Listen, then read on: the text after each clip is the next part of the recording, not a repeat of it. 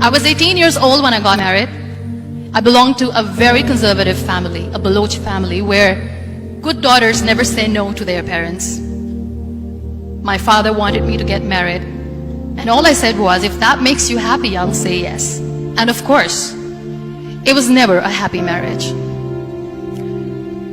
Just about after 2 years of getting married, about 9 years ago, I met a car accident.